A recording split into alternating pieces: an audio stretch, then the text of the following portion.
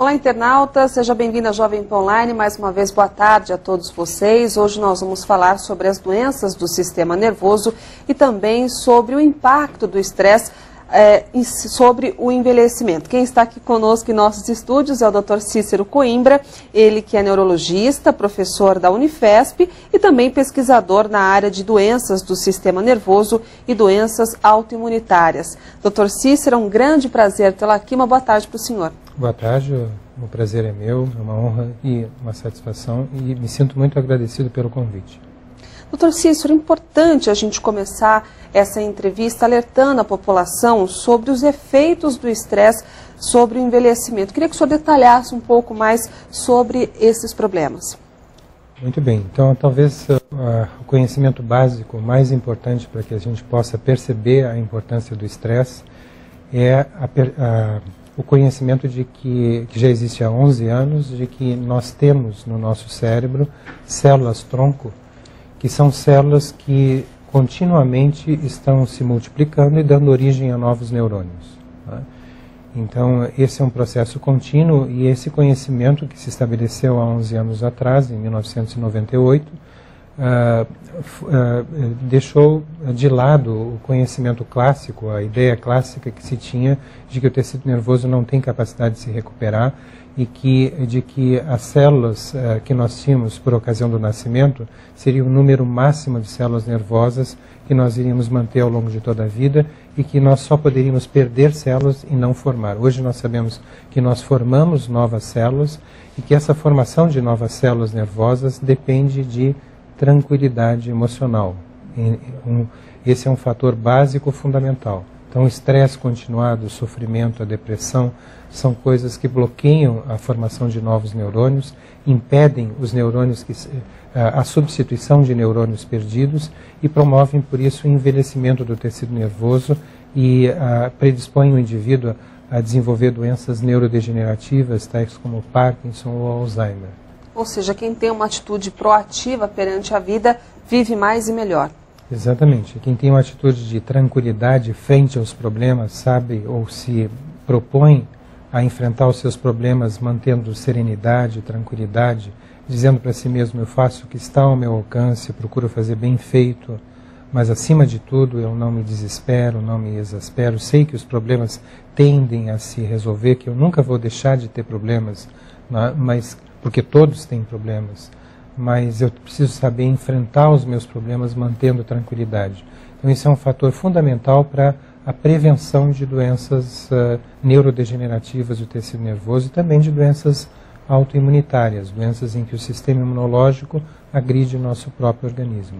Doutor, essa recomendação que o senhor fez é muito importante, uma vez que nós sabemos que nós vivemos numa sociedade onde impera o estresse ele está envolvido em praticamente todas as atividades profissionais e realmente é uma situação muito complicada. É muito difícil para certas pessoas exercitarem esse tipo de recomendação que o senhor acabou de nos passar. Mas como que a pessoa então pode começar a praticar esse tipo de atitude?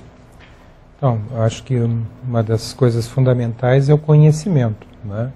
E nesse sentido vocês estão exercendo um papel fundamental divulgando esse conhecimento, porque a ideia que se tinha do estresse é que ele provoca alterações funcionais no nosso sistema nervoso, né?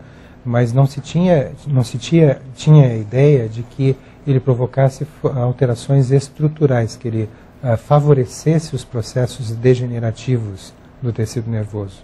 Então, o conhecimento disso que vocês estão divulgando, e por isso tem um papel social muito importante, é o ponto fundamental, porque a partir desse conhecimento a pessoa tem motivação para se modificar. Se ela sabe que ela é uma pessoa que reage excessivamente, muito prontamente, ou tem alta sensibilidade a situações de estresse, ela pode, a partir desse conhecimento, passar a se reeducar, a tentar mudar a sua atitude. Porque isso é uma coisa muito importante, né? Quando nós atingimos a adolescência, ninguém mais nos educa. Nós é que nos educamos a nós mesmos. Não existe outra possibilidade. Então, a pessoa tem que partir de uma decisão firme no sentido de mudar a sua atitude frente aos problemas que ela enfrenta na vida. Esse tipo de atitude tem que começar desde cedo. o mais precocemente possível, né? É muito importante que os pais se deem conta de que, na medida que eles reagem com alto nível de estresse a situações corriqueiras, né?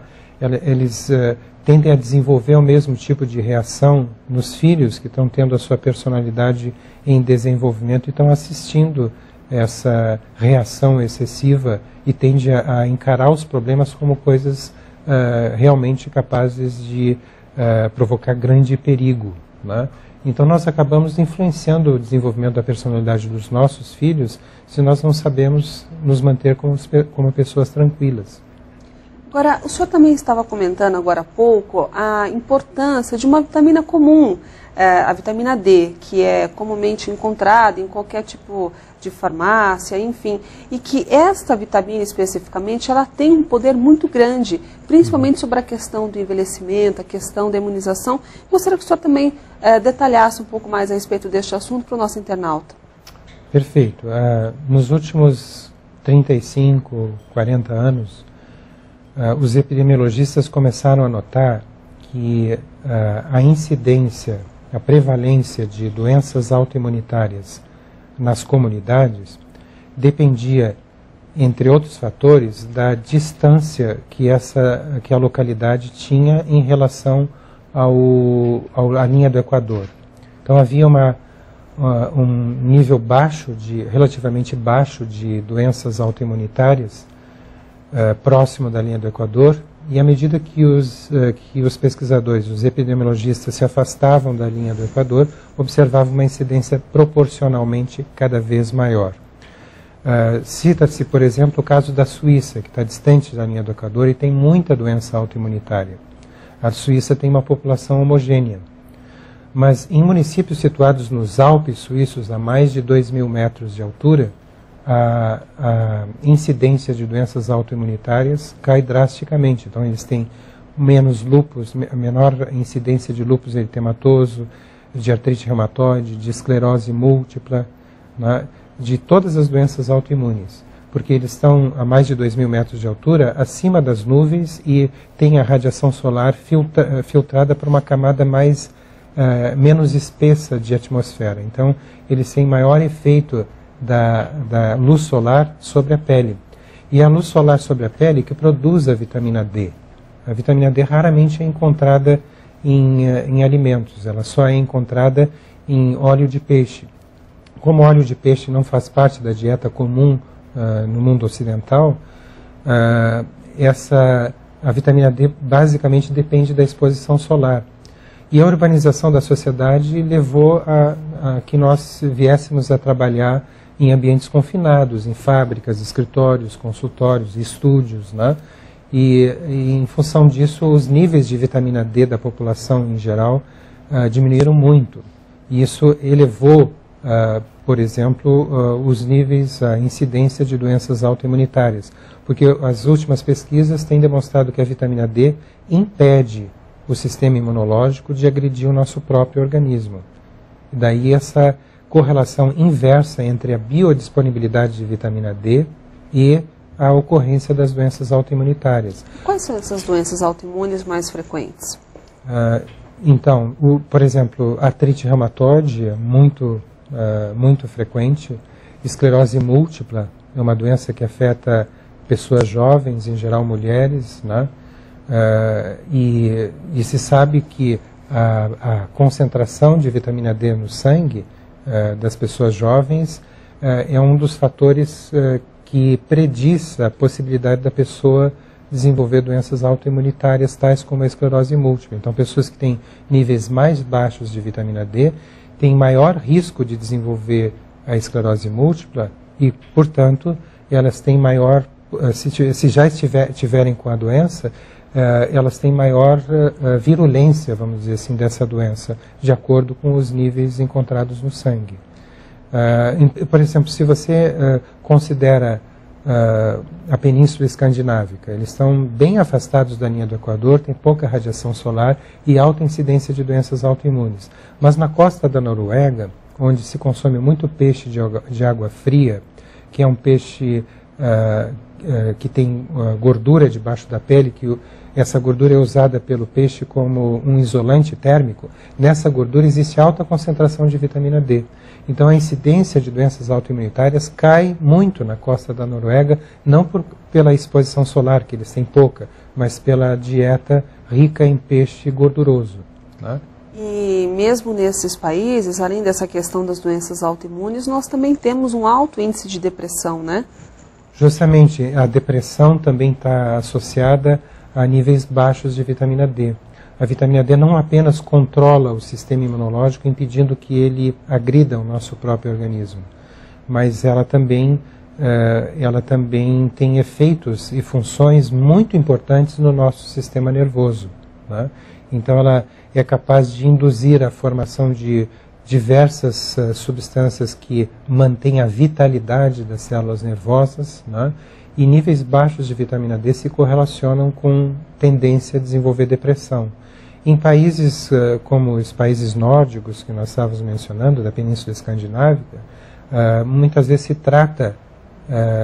se trata depressão com exposição à luz artificial, ultravioleta artificial. Então se faz banhos de luz ultravioleta no tratamento da depressão. Isso provoca a formação de vitamina D na pele. Doutor, nós estamos tratando aqui na Jovem Pan Online sobre essas doenças do sistema nervoso, entre elas as doenças do envelhecimento. O senhor já citou alguns casos aqui, mas gostaria que o senhor também abordasse que outros tipos de doenças do envelhecimento são muito comuns na população brasileira. Uma das doenças que tem maior incidência, não só na população no Brasil, mas na população em geral, é a doença de Parkinson, né? E a doença de Parkinson, talvez de todas as doenças neurodegenerativas, tenha sido aquela que mais fortemente tem sido correlacionada com o estresse emocional, né? Frequentemente, as pessoas que vêm a desenvolver doenças de Parkinson são pessoas que, ao longo da vida inteira, elas demonstraram uma personalidade da pessoa que sofre por antecipação, né? Então, na medida que se defronta com a possibilidade de ter que enfrentar um problema, essa pessoa pensa na pior possibilidade. E muitas vezes esse problema sequer vem a se apresentar. Então essa pessoa às vezes passa sofrendo um determinado período desnecessariamente. Existe um psiquiatra norte-americano chamado George Wayland, que no ano de 2002 publicou um livro chamado Envelhecendo Bem, né? Aging Well.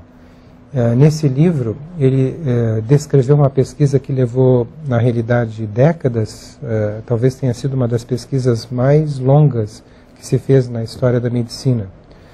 Na qualidade de diretor de pesquisas do Departamento de Psiquiatria da Universidade da Harvard, ele verificou que havia sido feita uma pesquisa na década de 30, tentando estabelecer tipos de personalidade na sociedade norte-americana. Então, mais de 2.000 pessoas haviam sido convocadas como voluntárias para responder a um questionário.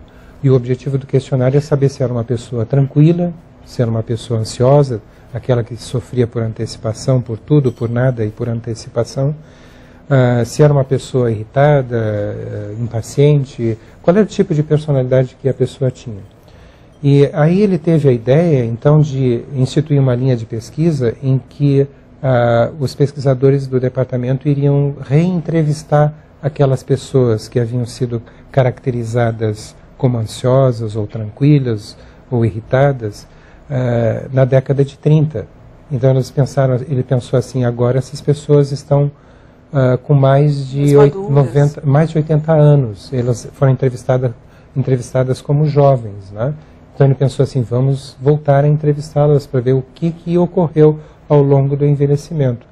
Então ele separou 815 indivíduos que haviam já passado dos 80 anos e ao entrevistá-los descobriu que as pessoas angustiadas, nervosas, preocupadas, que tinham essa personalidade de sofrer por antecipação, tinham tendências a desenvolver doenças neurodegenerativas, tais como Parkinson e Alzheimer, numa idade avançada. Ao passo que as pessoas que mostravam uma personalidade tranquila, aquele tipo de personalidade que diz assim, As coisas, quando tem que acontecer, elas acontecem. Não é o fato de eu me preocupar, ou seja, sofrer por antecipação, que vai fazer com que um problema evolua de uma forma favorável ou desfavorável. Todas as pessoas ao meu redor têm problemas, sempre tiveram, eu sempre tive, então eu imagino que eu sempre vou ter. Se eu sempre vou ter problemas e eu ficar me preocupando, sofrendo por antecipação, então eu vou passar minha vida inteira sofrendo. Então eu não me preocupo. Eu faço o que estiver ao meu alcance. Se o problema se apresentar, quando ele se apresentar, eu vejo o que eu posso fazer para resolver o problema. Mas, acima de tudo, eu mantenho essa atitude frente aos problemas de que as coisas, quando tem que acontecer, elas acontecem. Então, essas pessoas, elas haviam não só mantido lucidez numa idade bem avançada, mas elas mantinham uma saúde geral muito boa. Raramente tinham hipertensão, diabetes e problemas cardíacos, né? Então ele provocou muito impacto na comunidade neurocientífica, e hoje, se a gente digitar o nome dele, George Wayland, num site de buscas, por exemplo, comum, nós podemos encontrar dezenas de milhares de sites falando sobre essa pessoa justamente por causa do que ele descreveu. Uma coisa muito interessante é que ele descreveu que entre o grupo das pessoas tranquilas, né, aquelas que tinham 3 traços de personalidade que ele nomeou como altruísmo, capacidade de não guardar ressentimentos e capacidade de guardar gratidão. Se as pessoas tinham esses três traços de personalidade, em geral as pessoas não só mantinham lucidez ao longo da vida inteira, mas elas tinham a tendência a acumular lucidez, né? E algumas delas eram consideradas verdadeiros sábios na comunidade onde eles viviam.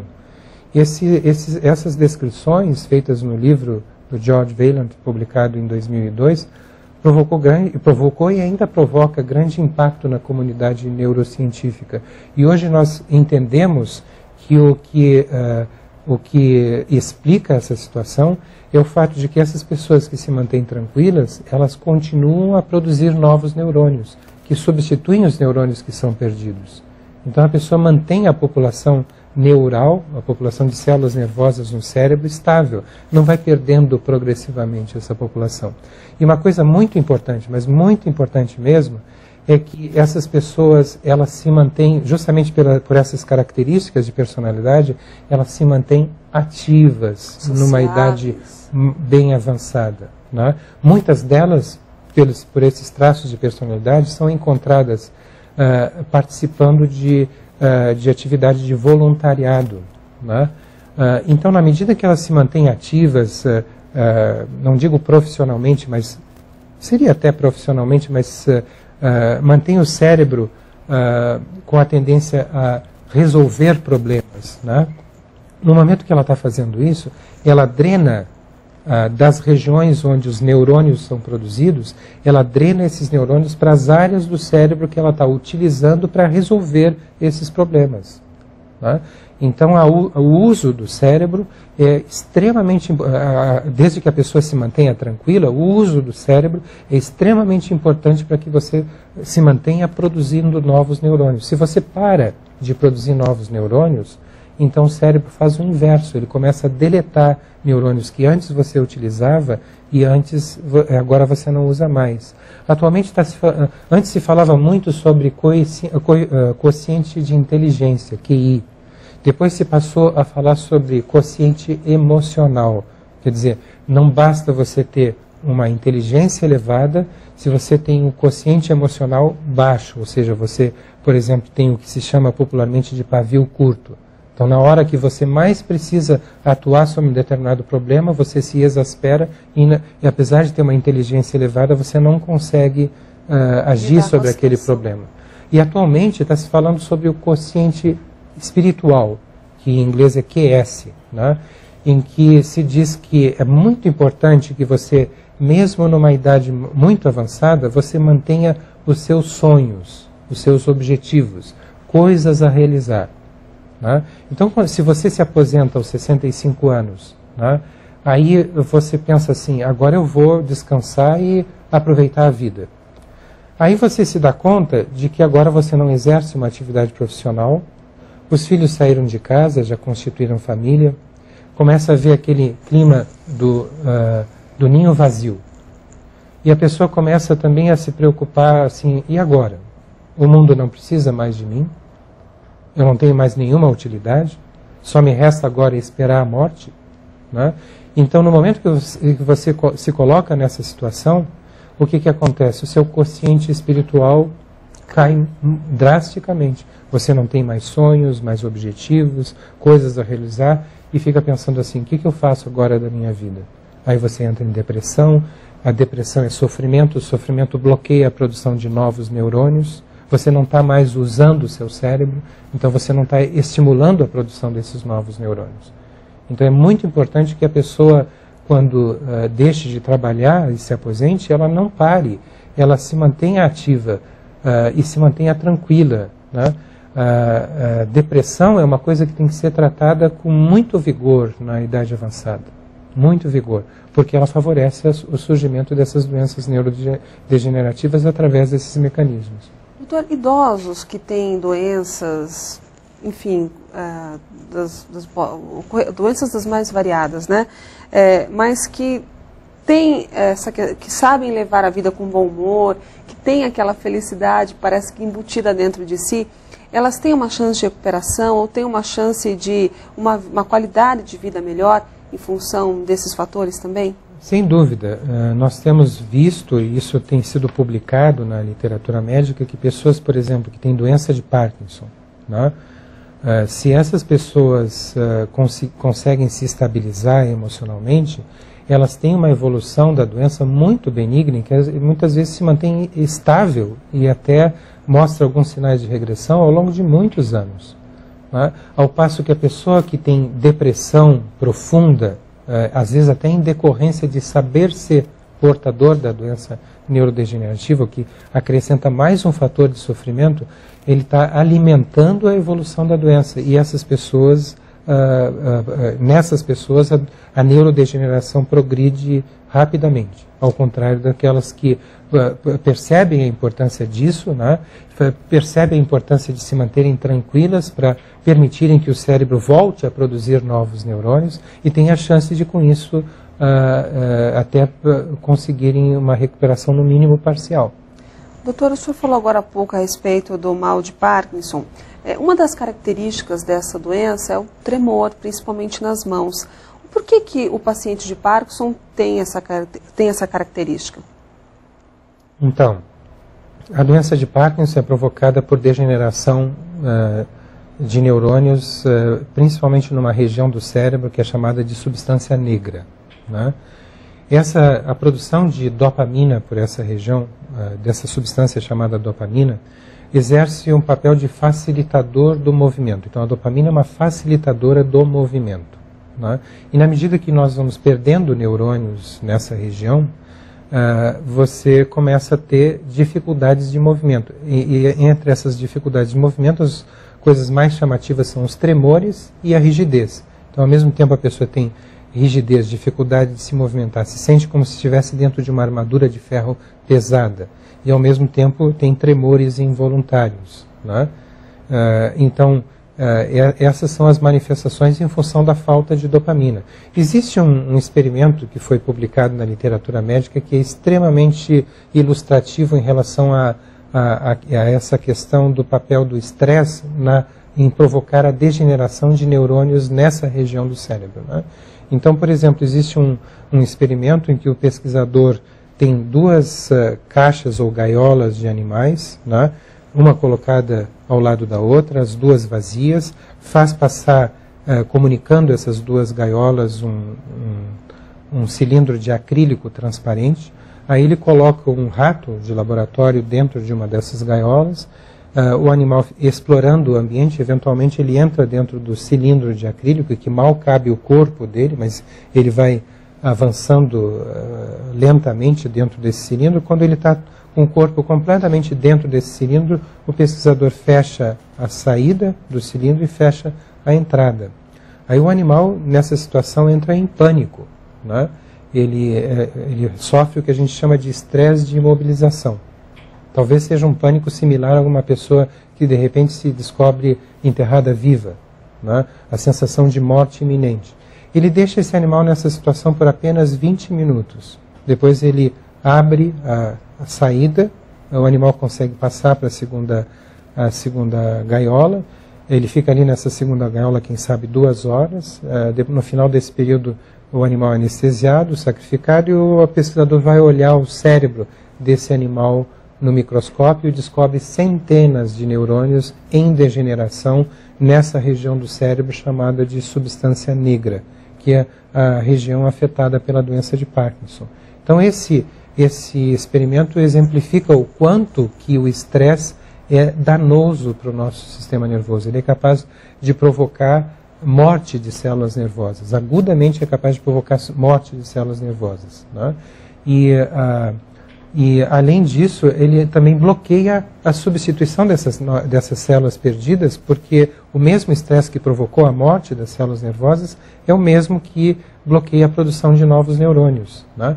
Então, eu acho que a transmissão desse conhecimento, e isso é uma oportunidade que vocês estão nos dando, mas a transmissão desse conhecimento, a divulgação desse conhecimento para o grande público, eu acho que é uma coisa importante no sentido de fazer com que a gente procure construir uma sociedade mais humana, né?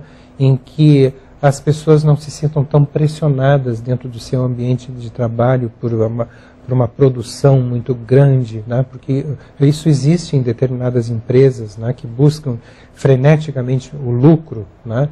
E no final das contas a pessoa tem uma qualidade de vida no ambiente de trabalho muito baixa, em função dessa pressão por produção, né?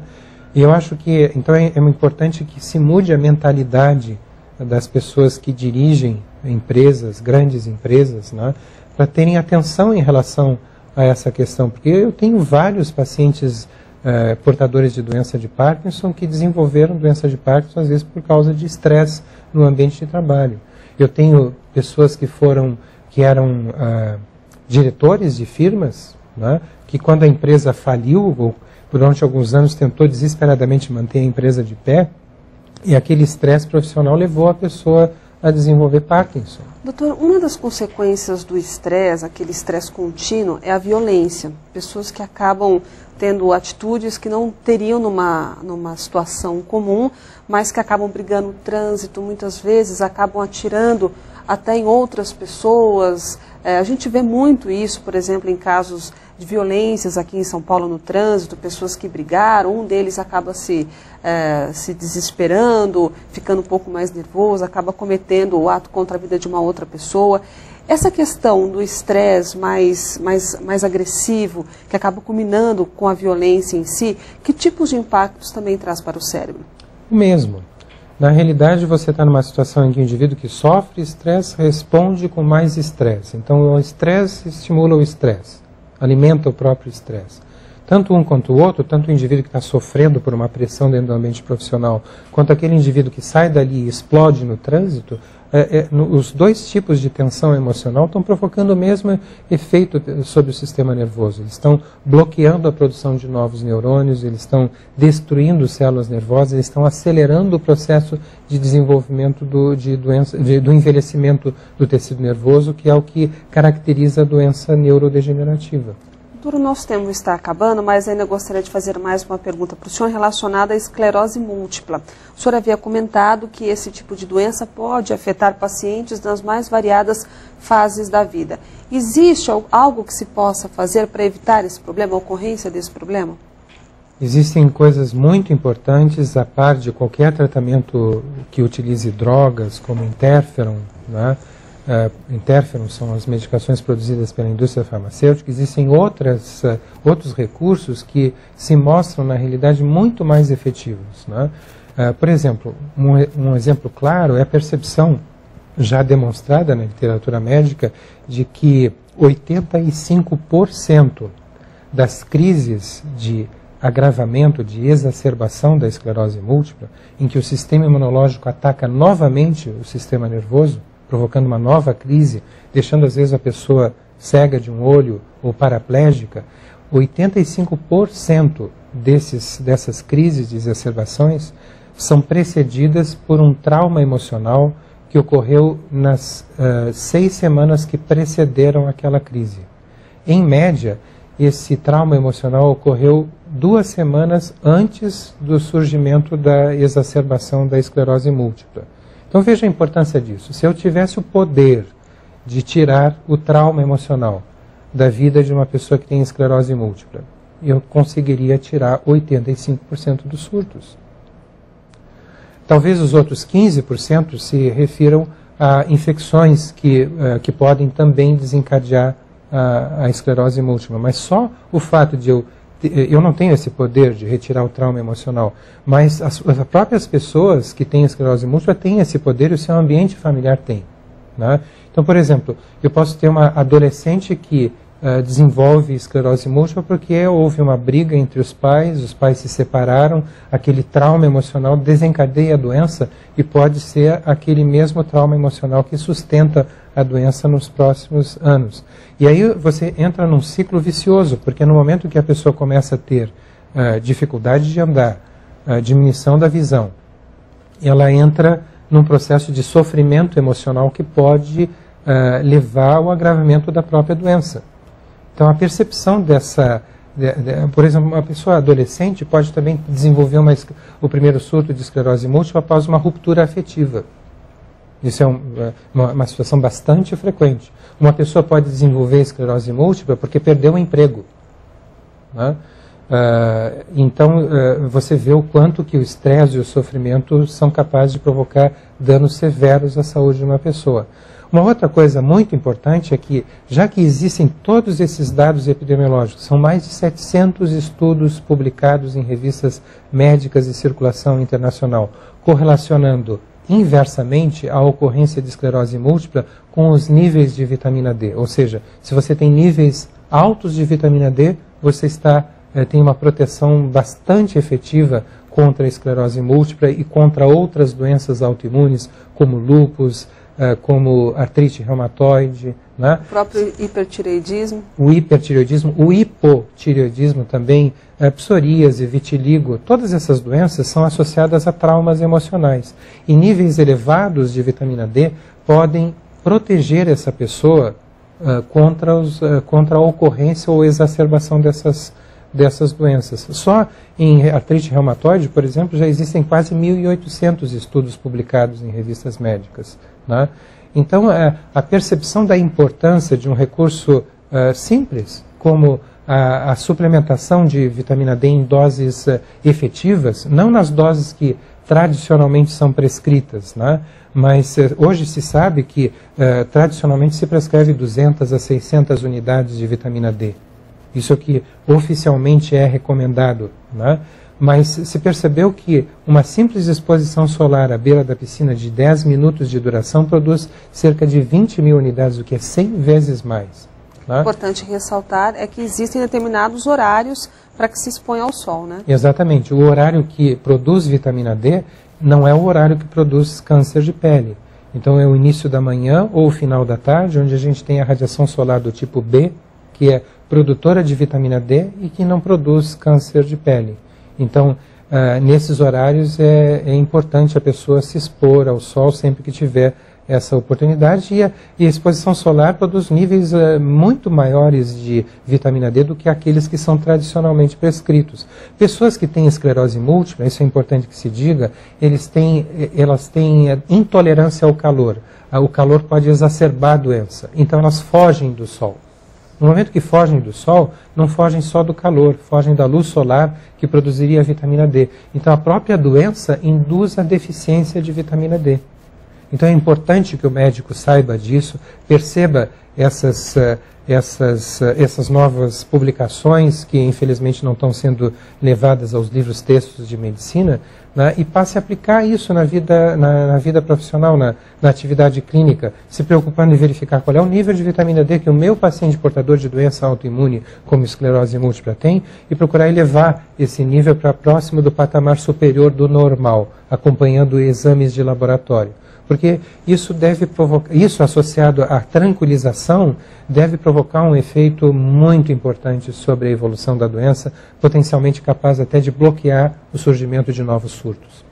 Infelizmente, nosso tempo acabou, mas gostaríamos de agradecer a participação do Dr. Cícero Coimbra aqui na Jovem Pan Online. O Dr. Cícero, que é neurologista, é professor da Unifesp e também pesquisador na área de doenças do sistema nervoso e doenças autoimunitárias. Doutor, muito obrigada pelos seus esclarecimentos aqui aos nossos internautas. Uma boa tarde para o senhor. Eu que me sinto muito agradecido por essa oportunidade. A você, internauta da Jovem Pan Online, mais uma vez obrigada pela sua companhia. Um bom final de semana a todos vocês e continue navegando aqui por nossa programação. Jovem Pan Online, rádio com imagem online.